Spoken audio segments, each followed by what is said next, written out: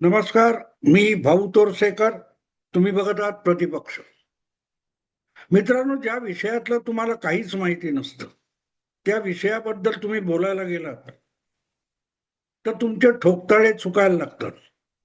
भूमितीचे नियम हे इतिहासात लागू होत नाहीत आणि बीजगणिताचे नियम हे रसायनशास्त्रामध्ये वगैरे. हे सांगण्याचा हेतू असा की ज्या विषयावर बोलायचे त्या विषयाचे काही बेसिक आधार असतात, मूलभूत आधार असतात, ते जर तुम्हाला माहिती नसतील तर मग तुमची गफलत होते किंवा सातत्याने नवनवे शोध लागत असतात आणि जुन्या गोष्टी कालबाह्य झालेल्या असतात. त्यामुळे जुन्या माहितीच्या आधारावर तुम्ही नव्या गोष्टींचं विश्लेषण करायला लागाल तर तुमची तारांबळ उडते. आणि नेमकी तीच गोष्ट नरेंद्र मोदी आणि अमित शहा या दोघांच्या नेतृत्वाखाली भाजप काम करायला लागल्यापासून झालेली आहे.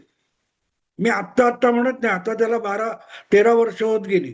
तुम्हाला आठवत असेल तर 2013 मध्ये जुलै ऑगस्ट महिन्यात भारतीय जनता पक्षाने नरेंद्र मोदी यांना पंतप्रधान पदाच्या शर्यतीमध्ये आणण्याची घोषणा केली आणि त्यानंतर हळूहळू भाजपच्या कार्यशैलीमध्ये बदल होत गेला.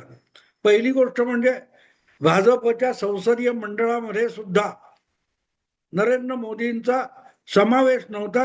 ते गुजरातचे मुख्यमंत्री असले तरी. आणि असे नरेंद्र मोदी जेव्हा पंतप्रधान पदाच्या शर्यतीत उमेदवार म्हणून आले तेव्हा आपोआपच भाजपच्या संसदीय मंडळात त्यांचा समावेश झाला. आणि नुसता समावेश नाही तर त्यांच्या शब्दाला निर्णायक वजन आलं. त्यांनी पहिलं जर काम काय केलं असेल तर उत्तर प्रदेश जिंकल्याशिवाय पंतप्रधान पदाचा रस्ता मोकळा होत नाही, म्हणून उत्तर प्रदेश आपल्याला काहीही करून जिंकायचंय. यासाठी आपले अत्यंत विश्वासू असलेले गुजरात मधले सहकारी अमित शहा यांना निवडणुकीसाठी उत्तर प्रदेशचा प्रभारी म्हणून आणलं. अयोध्येमध्ये रामलल्लाचं दर्शन घेऊन अमित शहा कामाला लागले. तेव्हा त्यांची किती खिल्ली उडवली गेली ही मी नव्याने सांगायची गरज नाही. तुम्ही इंटरनेटवर जाऊन त्याचा शोध घेऊ शकता. पण ज्या वेळेला उत्तर प्रदेशच्या 80 पैकी फक्त 10 खासदार भाजपचे होते, अशा परिस्थितीत चौथ्या नंबरच्या पक्षाचा प्रभारी म्हणून अमित शहा उत्तर प्रदेशात गेले आणि त्यांनी जो चमत्कार घडवला तो चमत्कार निकाल लागेपर्यंत आणि निकाल लागल्यानंतर सुद्धा अनेक राजकीय विश्लेषकांच्या डोक्यात प्रकाश पाडू शकला नव्हता की हे झालं कसं. 80 पैकी 71 जागा भाजपने जिंकल्या लोकसभेच्या आणि 2 मित्र पक्षांच्या धरल्या तर 73 जागा 80 पैकी भाजपच्या किंवा एनडीएच्या वाट्याला आले होते.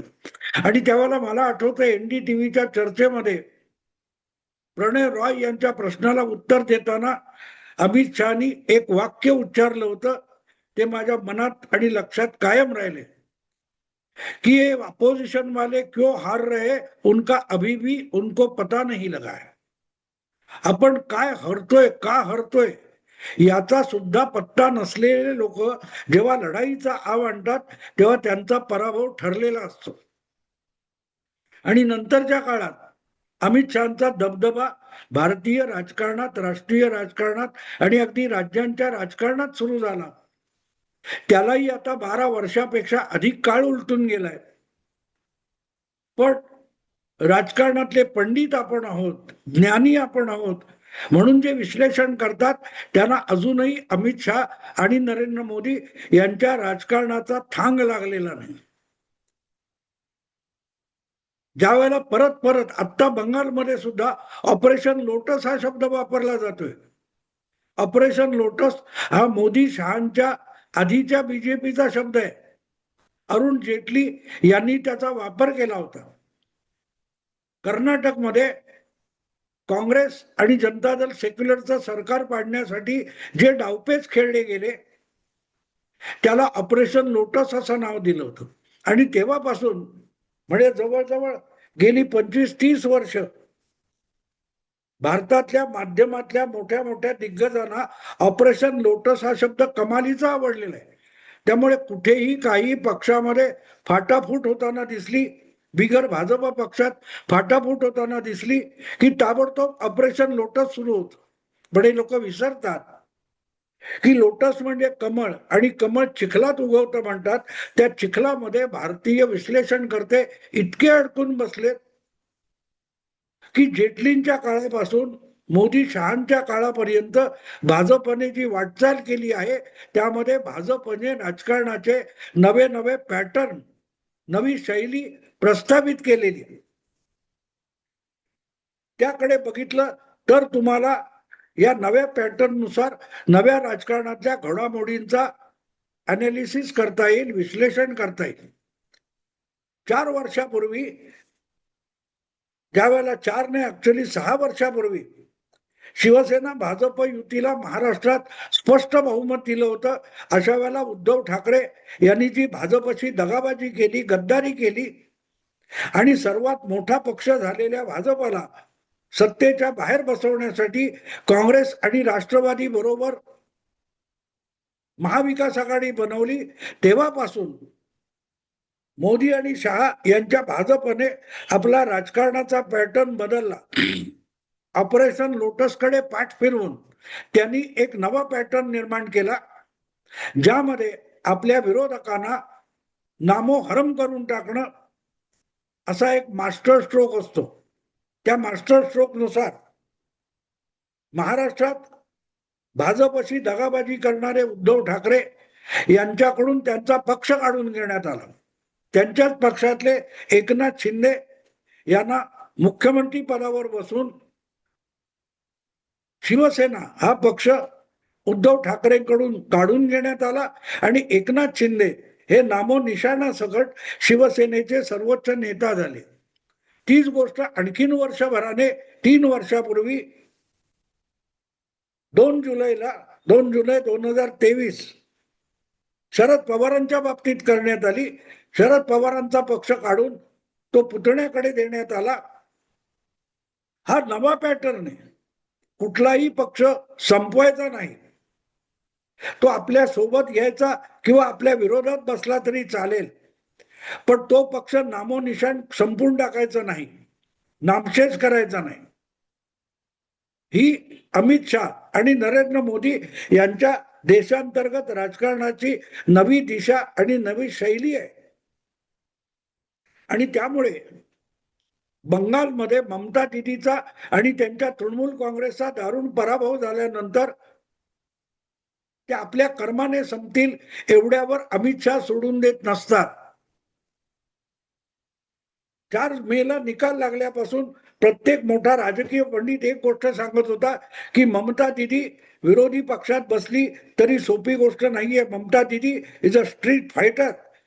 रस्त्यावर उतरून संघर्ष करणारी, लढा देणारी अशी ममता दीदी ही अत्यंत आक्रमक नेता आहे, राजकारणी आहे.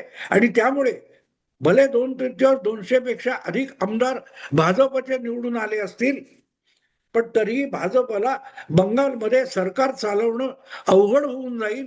हे 4 मे पासून जवळजवळ 30 मे पर्यंत, 31 मे पर्यंत आपण ऐकत आलो. तेच तेच तेच तेच Mamata is a street fighter. आणि म्हणून भाजपला सरकार चालवणं शिवेंदू अधिकारीला कठीण जाईल असं सांगणाऱ्यांच्या थोबाडीत राजकीय परिस्थितीने अशी सणसणीत हाणली की सरकार व्यवस्थित चाललंय. 3 आठवड्यानंतर मंत्रिमंडळाचा विस्तार झालाय. शुभेंदू अधिकारीला कुठेही कसली अडचण येताना दिसत नाही. पण ममता दीदीला आपला पक्ष चालवणं अवघड होऊन गेले. जी ममता दीदी रस्त्यावरची लढवय्या आहे आणि म्हणून ती सरकारला धड कारभार करू देणार नाही. शुभेंदू अधिकारी आणि भाजपला ममता दीदी सळो की पळो करून सोडेल हे छाती ठोकपणे सांगणाऱ्या सगळ्याच्या सगळ्या राजकीय पंडितांना राजकीय परिस्थितीने जूनच्या पहिल्या 2 दिवसातच सणसणीत चपराक हाणली. कारण मे महिना संपला आणि जून महिना सुरू झाला. या मधल्या 4 दिवसामध्ये ममता दिदीला तिच्याच पक्षाच्या आमदारांनी, पाठीराख्यांनी, खासदारांनी, काय ते अनुयायांनी सळो की पळो करून सोडलं ममता दिदीला. ममता दिदीच्या पुतण्याला सोनारपूरला झोडपण्यात आलं, पळवून लावण्यात आलं. जिथे जिथे ममता दिदी आणि तिचे सहकारी जातील, विश्वासू जवळचे लोक जातील, तिथे चोर चोर म्हणून लोक त्यांना पळवून लावत आहेत. अशा वेळेला पक्ष, तृणमूल काँग्रेस पक्ष, डीएमसी हा विस्कटून जाईल का, संपुष्टात येईल का, याची राजकीय चर्चा सुरू झालेली. कुठे गेली ममता? मग ममता रस्त्यावर उतरली, ममता कोर्टात गेली, ममताने धरणं धरलं. ते धरणं धरलं, त्या धरण्याला 80 पैकी किती आमदार आले? ममता दिदींनी बैठक बोलवली, त्या बैठकीला 60 पेक्षा अधिक आमदार गैरहजर राहिले, अगदी नवीन नवीन निवडून आलेले. ममता दिदीच्या त्या धरण्याला त्यांच्या अवतीभोवती दिसणारे एकापेक्षा एक चमकू असलेले 30-35 खासदार आहेत राज्यसभा लोकसभेचे, त्यातले मोजून अर्धा डझन सुद्धा ममता दिदी बरोबर धरणं धरायला हजेरी लावू शकले नाहीत. आणि त्यामुळे स्ट्रीट फायटर ममता दिदी रस्त्यावर उतरली, तर तिच्या सोबत यायला सुद्धा त्यांचे अनुयायी तयार नाहीत. त्यामुळे जे छाती ठोकपणे सांगणारे राजकीय विश्लेषक होते की ममता विरोधात उतरल्यानंतर सुवेंदू अधिकारी भाजपला सरकार चालवणं अवघड जाईल, त्यांना एक सणसणीत चपराक बसली. कारण पक्ष कसा चालवायचा या चिंतेमध्ये आता ममता दिदी आकंठ बुडालेले आहेत. आपले आमदार, आपले खासदार, आपले वेगवेगळ्या नगरपालिकांमधले, जिल्हा संस्थेमधले नगरसेवक कसे टिकवायचे, आपल्या पक्षाचे पदाधिकारी कसे टिकवायचे, यामध्ये ममता दिदीची झोप उडालेली आहे. रस्त्यावर उतरून दाखवणं आणि कॅमेरा समोर माईक हातात धरून भाषण करणं वेगळं आणि पक्षावर हुकूमत टिकवणं वेगळं. देवेंद्र फडणवीस सारखा माणूस सर्वात मोठा पक्ष विधानसभेत झाला आणि तरी विरोधी पक्षात बसायला लागल्यानंतर अतिशय समर्थपणे विरोधी नेता म्हणून काम करताना फडणवीसांनी आपल्या 105 आमदार त्यांच्या पक्षातले त्यापैकी एकालाही फुटू दिलं नाही. सत्तेच्या मोहाने भाजपचे 105 आमदार होते महाराष्ट्रात 2019 पासून 2022 पर्यंत, त्यातला एकही सत्ताधारी महाविकास आघाडीला फोडता आला नाही. उलट विरोधी पक्षात बसून देवेंद्र फडणवीसांनी उद्धव ठाकरे यांचा पक्षातले 40 आमदार फोडले, त्यांना वेगळं काढलं, अख्खा पक्ष बळकावण्यापर्यंत एकनाथ शिंदेना बळ दिलं आणि उद्धव ठाकरे यांच्या हातून पक्ष निसटला. ही मोदी शहा यांच्या भाजपची नवी शैली आहे. याला लोटस ऑपरेशन म्हणत नाहीत, हा नवा पॅटर्न आहे. याला शहा पॅटर्न म्हणता येईल की पक्ष संपवायचा नाही. आज सुद्धा शिवसेना आणि राष्ट्रवादी हे दोन पक्ष ठणठणीत आहेत, मान्यता प्राप्त आहेत, पण त्याचे संस्थापक आणि मूळचे प्रमुख नेते मात्र त्या पक्षाच्या बाहेर आहे.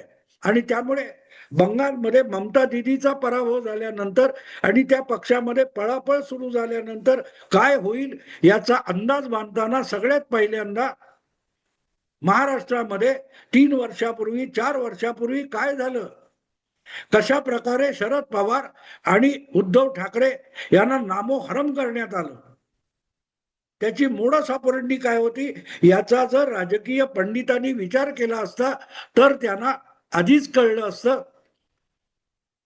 की तृणमूल काँग्रेस पक्ष अमित शहा फुटू देणार नाहीत, तुटू देणार नाहीत, कायम टिकवतील. मात्र त्या पक्षापासून ममता दिदीला वंचित केलं जाईल.